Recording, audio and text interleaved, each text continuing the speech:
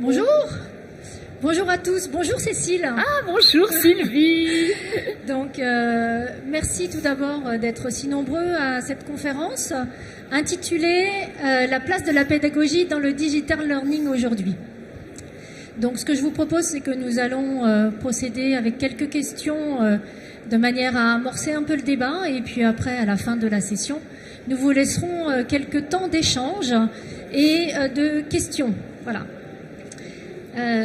Cécile, tu peux peut-être rapidement te présenter? Oui, avec plaisir. Donc bonjour à toutes, bonjour à tous.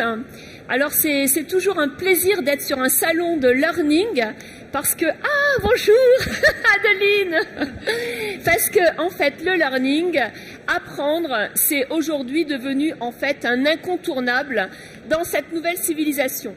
Alors le gros sujet, c'est qu'en fait, on nous dit qu'il faut apprendre tout le temps. On commence à l'école et on finit à la retraite et on continue d'apprendre. Le gros problème, c'est que apprendre tout le temps, c'est facile à dire, mais c'est plus difficile à faire. Et c'est pour ça qu'en fait, l'objectif de cette conférence, c'est peut-être d'essayer de voir qu'est-ce que c'est qu'apprendre efficacement et apprendre différemment en fonction des âges de la vie. Alors, avec Sylvie, on voudrait vous présenter une très vieille dame qui a 220 ans. Et je sais qu'ici, il y a plein de start-up. Et j'ai fait tout à l'heure le tour du salon. C'est magique parce qu'il y a une énergie ici pour créer des outils, créer des plateformes, créer des solutions. Et bravo à tous et à toutes ces entreprises qui se créent.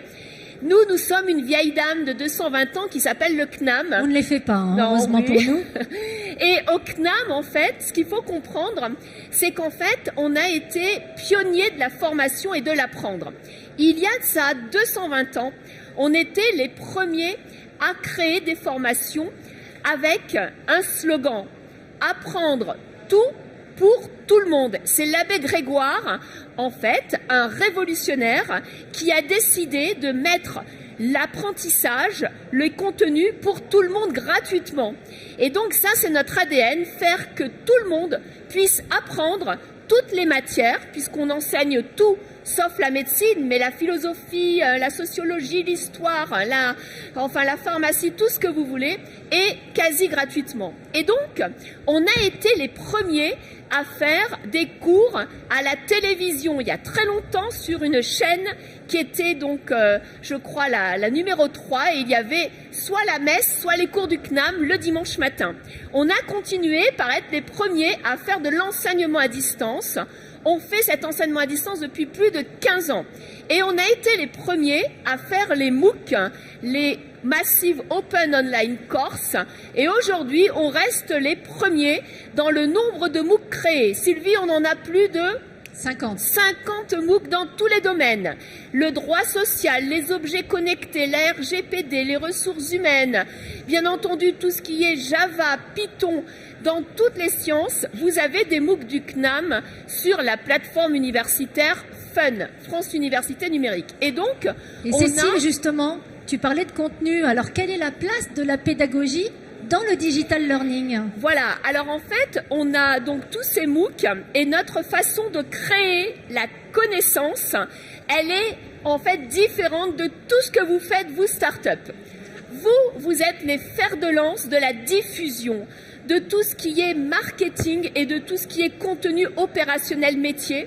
Et on vous invite tous à venir au Learning Like Human Change pour faire des partenariats avec le CNAM et co-créer. Pourquoi? Parce qu'en fait, nous, au CNAM, on ne sait pas faire tout ce que vous faites, on fait de la création de connaissances. Je m'explique. On fait de la pédagogie de contenu. Je m'explique. Nous sommes des enseignants-chercheurs qui passons la moitié de notre vie à lire, à créer de la connaissance et l'autre moitié à la diffuser. Et aujourd'hui, grâce au MOOC, on la diffuse massivement pour tous. Et donc, notre métier, c'est de faire de la qualité autour de la création de connaissances sur des nouveaux sujets. C'est pour ça qu'en fait, on a tant de MOOCers. Le MOOC du manager au leader, qui cette année est axé sur le travail collaboratif et l'intelligence collective. Et le deuxième MOOC, l'IA, l'intelligence artificielle pour les managers, a dépassé les 200 000 auditeurs. il a dépassé les 148 pays et c'est surtout pas grâce à la technologie, car je m'excuse, mais on filme avec un iPhone et on filme dans des situations extrêmement spartiates. Mais on a besoin de vous, start-up, plateformes, créateurs de contenu en quiz et autres, pour justement allier le contenu que l'on fait à la technologie que vous portez. Et ainsi, on a travaillé avec Teach and Mars, Klaxoon, Ubicast, Zebra, MediaWen, BotRiver et toutes ces super startups qui viennent avec le Learning Lab Human Change, avec la MOOC Factory du CNAM, avec CNAM Entreprise, faire des POC. Et ensuite, il y a contrat, il n'y a pas contrat, mais en tout cas, c'est une magnifique expérience parce que notre promesse, c'est un contenu unique et énormément de MOOCers, énormément d'auditeurs. Ce qu'on peut vous dire, c'est que la stratégie du CNAM aujourd'hui, cette vieille dame de 220 ans, c'est qu'elle va être sur tout le territoire français. Aujourd'hui, on a 30 CNAM en France et à l'étranger. Eh bien, dès cette année, nous en aurons 130. Il y a donc 100 CNAM qui vont aller dans toutes les villes petites et moyennes de France, irriguer toutes les personnes qui n'ont pas accès à la formation. Donc le volant et notre spectre d'auditeurs est immense. C'est pour ça qu'on sera toujours là pour faire du contenu et qu'on a besoin de vous pour faire en fait du contenu enrichi. Et le truc qui sort par derrière, mais ça va aller. Tout va bien. Alors, attendez, Cécile. Je vais déjà quitter ça. Oui, je faisais. Allez-y, oui. Oui. Vas-y, tu vas y arriver. Ouais. Donc, comment mixer intelligemment, du coup, pédagogie et digital, alors, selon toi? Ce qu'il faut bien comprendre, c'est qu'en fait, dans toutes les solutions que je vois aujourd'hui, il y a des choses incroyables, de la réalité augmentée. Il y a, bien entendu, du serious game. Il y a de la gamification. Il y a plein d'autres techniques et c'est très intéressant. La pédagogie, c'est 3 secrets. C'est premièrement l'art de la répétition. Un message, il doit être dit dans un jeu, il doit être dit dans de la réalité, il doit être dit dans un quiz, il doit être dit par une vidéo et pourquoi pas lu ou pourquoi pas sous forme de questions. La répétition, c'est le premier atout de la pédagogie. Deuxièmement, c'est surtout ne pas s'arrêter à des outils extrêmement sophistiqués qui vont peut-être être très intéressants au niveau du rendu visuel, mais qui en même temps, parfois, vont demander un investissement de temps important pour l'appropriation. Le deuxième secret, après l'art de la répétition, c'est l'art de la diversification des outils. Il faut absolument considérer le ratio investissement-temps rapport à la qualité. Aujourd'hui, ce qui marche le mieux, c'est quand même les chaînes YouTube et pourtant, c'est fait avec des ordinateurs, dans des salons et des chambres et ça ne demande pas une pédagogie extraordinaire. Ce que je veux dire par là, c'est que oui, il faut investir dans des outils sophistiqués, mais parfois, l'important, c'est plus le contenu que la façon dont il est marketé sur le système et ça, j'en suis convaincue. La troisième secret dans la pédagogie, c'est qu'en fait, la pédagogie, elle ne doit pas être identique en fonction de l'outil utilisé. La pédagogie en présentiel, elle est différente de la pédagogie en vidéo, qui est différente de la pédagogie en quiz, qui est différente de la pédagogie en interview, qui est différente du MOOC, qui est différente du micro-learning et qui est différente également de tout ce qui est situation professionnelle. Donc c'est vraiment le secret, l'art de la répétition, le ratio temps d'investissement et bien sûr niveau de qualité de la diffusion et surtout diversification de la pédagogie en fonction du support de la pédagogie. Cécile, quelles sont tes 2 plus belles réalisations en termes justement de pédagogie digitale? Puisque là, tu viens de nous révéler tes secrets quand même. Ouais. Donc, à ne pas répéter. Enfin, vous êtes quand même très nombreux. Donc, tes 2 plus belles réalisations selon toi en termes de pédagogie digitale?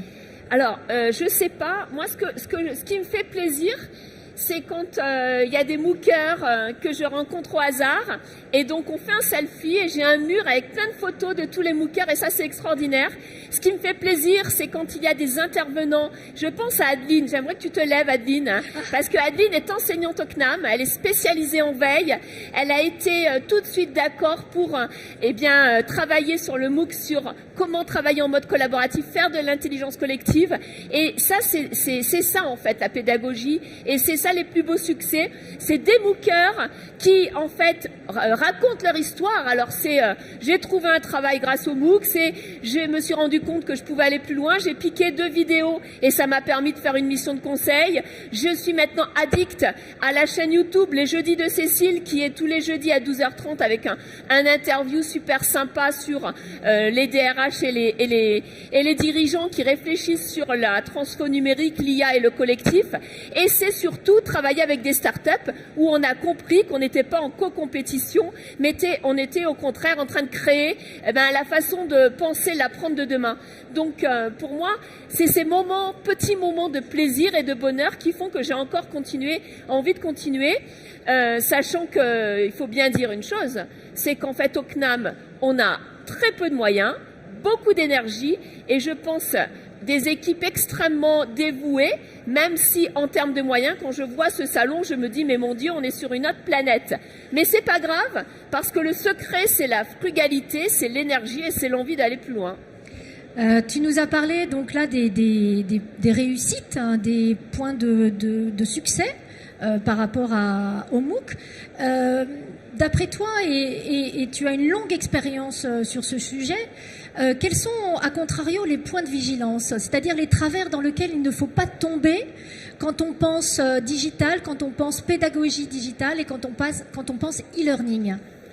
Alors, ce que je sais, là où je suis convaincue, c'est que si on a tant de succès sur les MOOC, je vois par exemple, on a une newsletter où on donne plein d'informations avec des milliers de personnes, avec un taux d'ouverture. On a envoyé une newsletter il y a quelques jours, le taux d'ouverture était à 45%, donc c'est assez extraordinaire. Je crois que c'est parce qu'en fait, tout ce que l'on crée, c'est du contenu nouveau.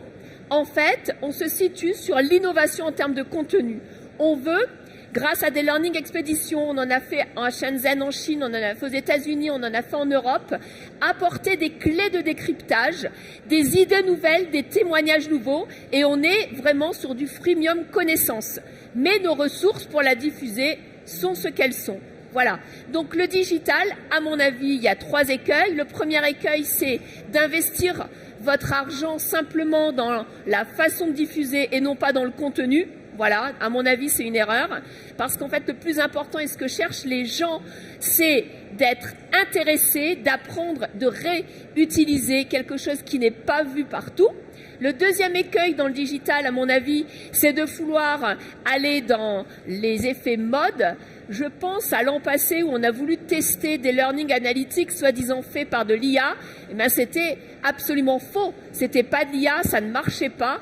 Et donc, on a voulu tester et en fait, on s'est bien rendu compte qu'il y a vraiment des effets mode parfois. Donc, avant d'aller gaspiller du temps et de l'argent dans les effets mode, sachez que votre cible, que ce soit des DRH, des responsables formation, des auditeurs ou madame ou monsieur tout le monde, avant tout, elle veut de la qualité. On est à l'ère de la qualité et plus à l'ère de la quantité. Parce que le troisième problème du digital, c'est qu'il y a trop de choses. Il y a trop de contenu, il y a trop de propositions. Et la denrée rare, c'est la même que celle sur les réseaux sociaux, c'est le temps. Et le temps, c'est ce qui fait que chacun saura établir sa priorité et saura, en fait, écouter, s'acculturer aux bonnes capsules, au bon contenu. Donc votre stratégie, elle est plus savoir gérer le temps et trouver les bons contenus que vouloir tout faire ou vouloir simplement faire parce qu'en fait, on vous dit que c'est important d'apprendre. Il vaut mieux passer 10 minutes dans votre journée à réutiliser quelque chose que vous avez capté, que vous avez senti, que vous avez partagé, que vouloir écouter quelque chose que vous n'allez pas réutiliser.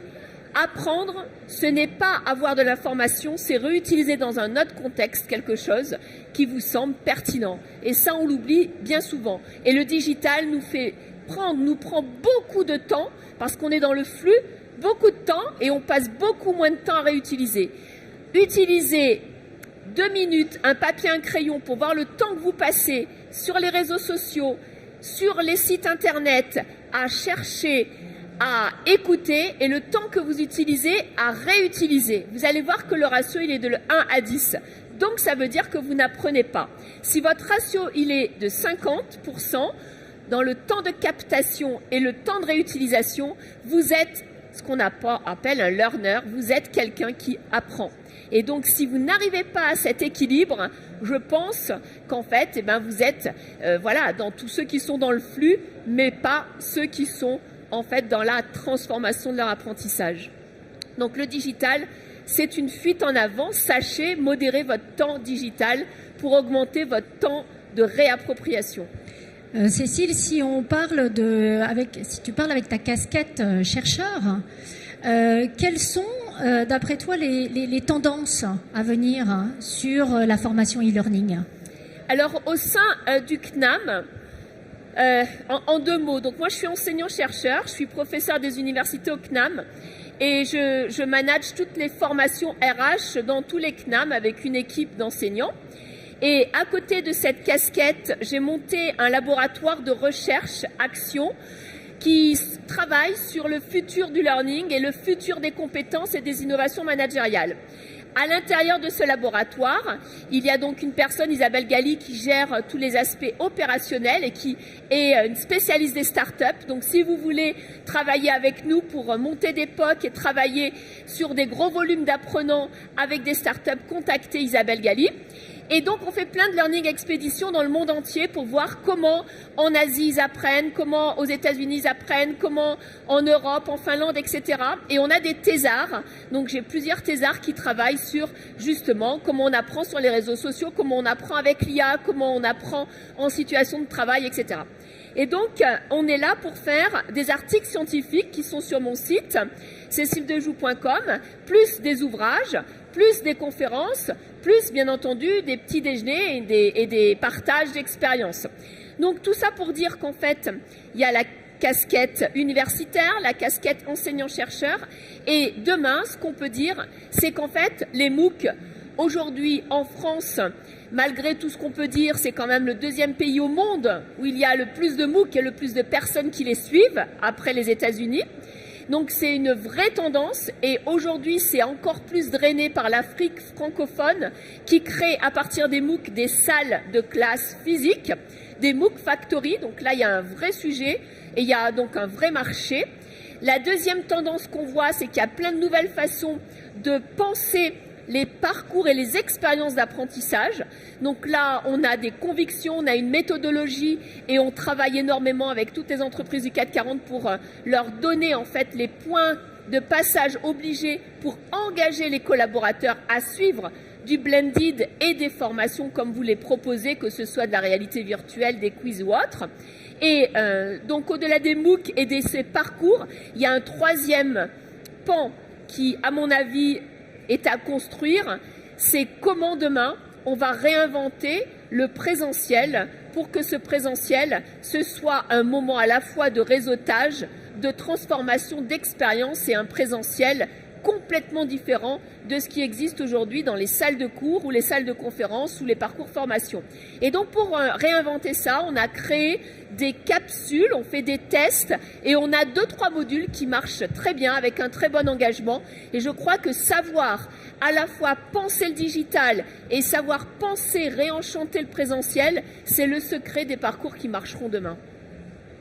Merci. Je vous propose maintenant de prendre quelques questions dans la salle. Si nous en avons quelques-unes. Ah, voilà. Je vais peut-être vous donner mon micro.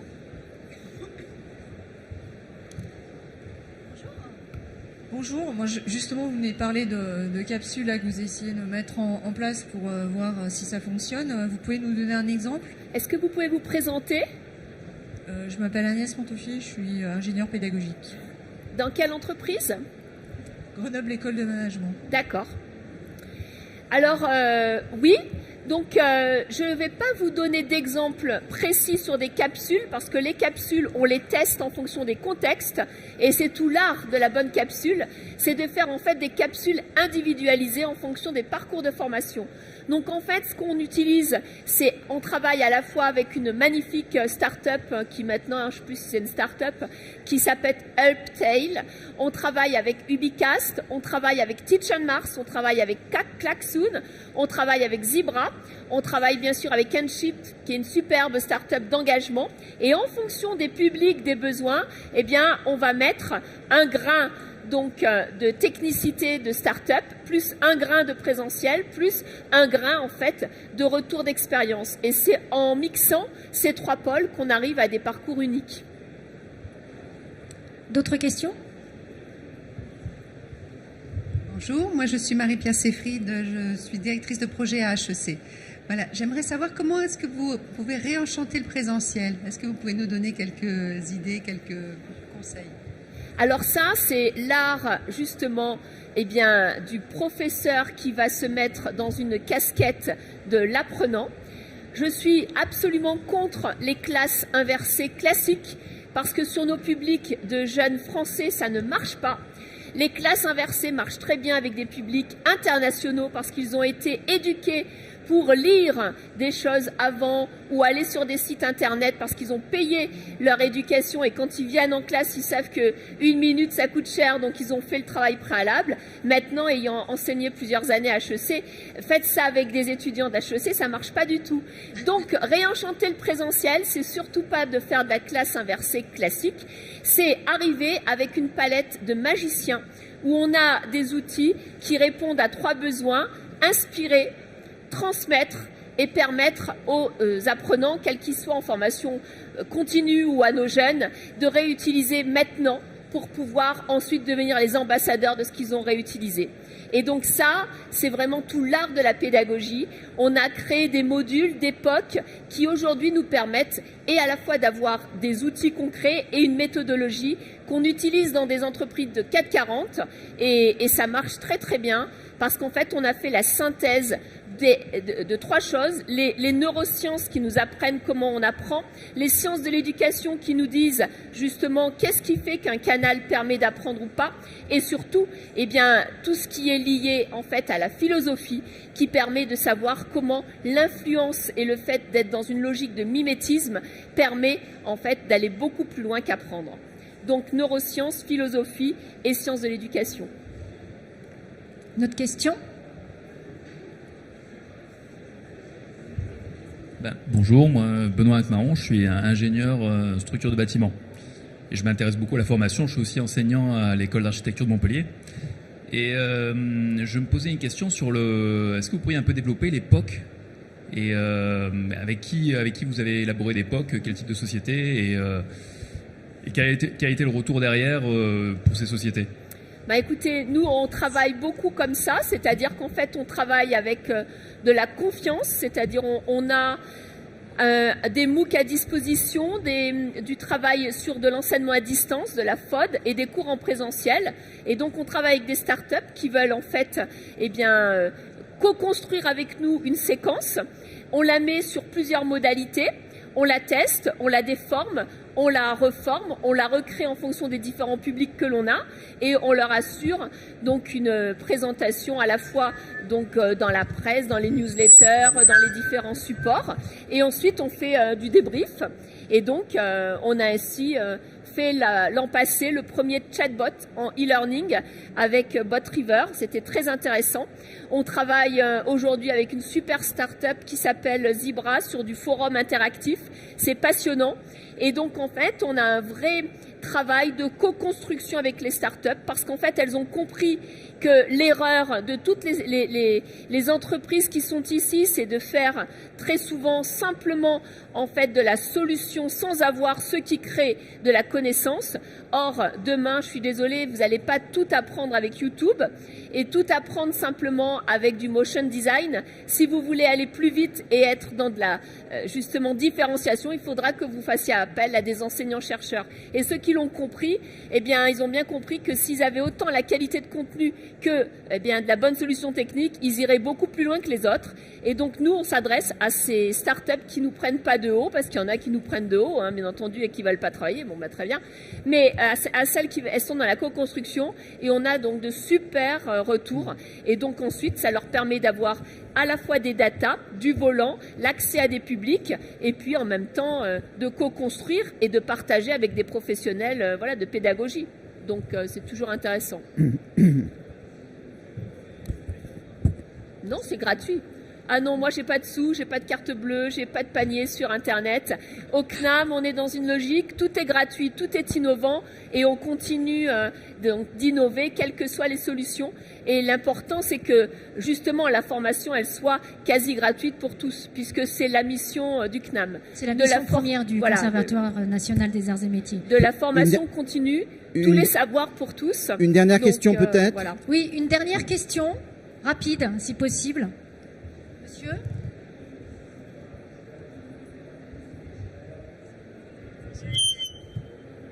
Oui, bonjour, Philippe Garcia, je dirige un organisme de formation. Si on construit avec vous en collaboration une série de formations, de séquences, est-ce qu'elles deviennent en open source après? Alors, tout ce qui est en fait co-construit, ça dépend où ça va. D'accord ? C'est-à-dire qu'en fait, soit ça va dans des cours, soit ça va dans des MOOC, soit ça va dans de la FOD, ce qu'on appelle des cours en FOD à distance. Voilà. Et les cours sont co-construits et ils sont utilisés dans le cadre de nos cours. Donc de l'open source, j'en sais rien. Pour moi, un MOOC, c'est de l'open source, mais... Voilà, un MOOC qui est sur Fun, tout le monde peut capter les vidéos, les télécharger, il est inscrit, il les utilise 3 ans après. Donc si c'est dans cet esprit, la réponse est oui. Mais si c'est autre chose à quoi vous pensez, je ne sais pas trop. Voilà. Donc un MOOC, c'est un MOOC, quoi. Donc voilà. Merci. En tout cas, moi, ce que je voudrais vous dire à tous, c'est qu'en fait, on est sur un magnifique marché. Je lisais dans les Échos ce matin qu'il y a un très grand fonds de pension qui vient de valoriser un très grand groupe à plus d'1 milliard d'euros. C'est donc un groupe qui a plein d'écoles, je ne citerai pas le nom, mais c'est impressionnant, et qui vient de se rendre compte que le marché de la formation était un marché aussi rentable que n'importe quel autre secteur d'activité. Donc je crois qu'il faut bien faire attention. On a une double mission qui est une mission à la fois de pédagogie pour tous, parce que tout le monde a le droit à la formation. On est le seul pays au monde où la formation est gratuite, initiale et bien sûr publique. Donc ça, il faut quand même en être conscient. Et à côté, il y a le marché des entreprises où là, il y a un magnifique volant. Mais attention, parce que ce marché de l'entreprise qui est totalement aujourd'hui refondu avec la loi Pénicaud, c'est un marché où il faut surtout que la qualité demeure, parce que tout ce qui n'est pas de qualité dans le domaine de la formation, on le voit, ne sera qu'éphémère. Donc moi, je vous invite à rejoindre le CNAM, soit pour suivre des formations, soit pour venir tester avec nous, et vous souhaiter un très bon salon. Merci. Et nous sommes situés sur le stand A28. Donc si vous voulez poursuivre les échanges, nous vous accueillons avec plaisir. Merci beaucoup.